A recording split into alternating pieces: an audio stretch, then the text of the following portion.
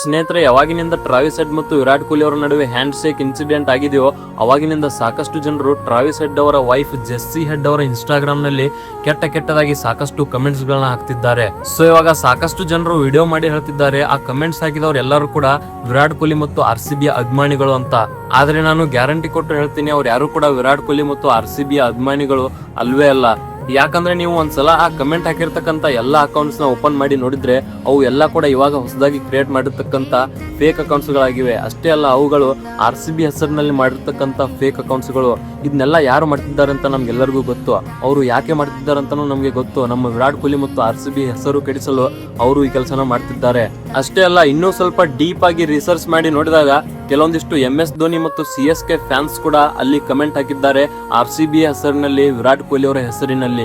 ಈ screen shot ನ ನೋಡಿ ನಿಮ್ಗೆ ಗೊತ್ತಾಗುತ್ತೆ MS ಧೋನಿ ಅವರ ಅಭಿಮಾನಿಗಳು ಸಾಕಷ್ಟು ಫೇಕ್ ಅಕೌಂಟ್ಸ್ ನ ಮಾಡಿ ವಿರಾಟ್